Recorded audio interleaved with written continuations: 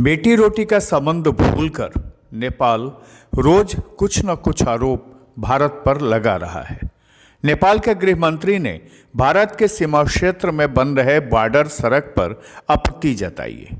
नेपाल के गृह मंत्री राम बहादुर थापा ने कहा है कि भारत ने सीमा के समानांतर सड़कों और अन्य इंफ्रास्ट्रक्चर का निर्माण करके पानी की निकासी रोक दी है और नेपाल को डुबो दिया है। भारत को लेकर नेपाल की चिढ़ बढ़ती जा रही है। वो हर बात के लिए भारत को कोसने में लगा है। अब नेपाल की कम्युनिस्ट पार्टी ने नया राग बाढ़ को लेकर अलापा है।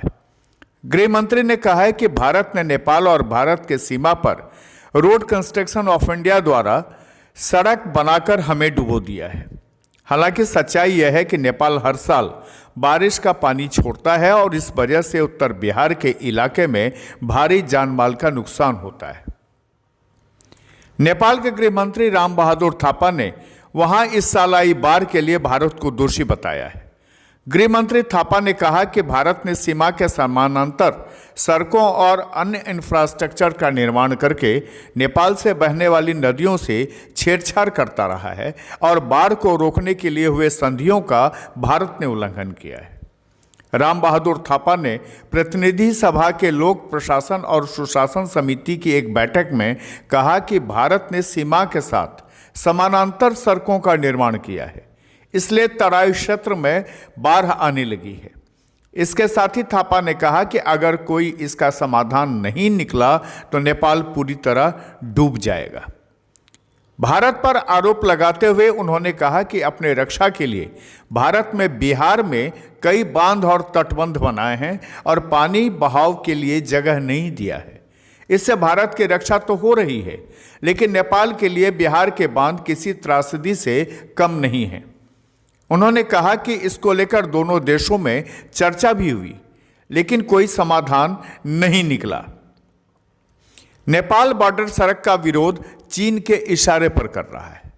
बॉर्डर पर सड़क सहित इंफ्रास्ट्रक्चर मजबूत होगा तो बॉर्डर पर नेपाल की धरती से चीनी गतिविधियों पर नजर रखना आसान होगा। यह नेपाल के साथ साथ चीन भी जानता है। इसलिए नेपाल के गृह मंत्री अनर्गल प्रलाप कर रहे हैं। जबकि बॉर्डर सड़क पर बड़े बड़े पुल निर्माण हुआ है। सड़क की ऊंचाई बांध जैसी नहीं है। सर्वविदित है कि नेपाल से लगने वाले रक्सौल सहित सभी क्षेत्रों में बाढ़ के कारण नेपाल में पहाड़ी क्षेत्रों में भारी बारिश और चीन से छोड़ा गया पानी है। नदियां नेपाल में उफान पर होती हैं और घर बिहार में बह जाते हैं। उन्होंने आफ्नो हित मात्रै हेरे, त्यसैले त्यसले चाहिँ नेपालको आन्तरिक मामिलामा त्यो हस्तक्षेप भएको छ। त्यसमा नेपालको तर्फबाट हामीले निरन्तर पहल त गरेका छौँ, तर त्यो पहल अझ पनि चाहिँ सार्थक देखिएको छैन।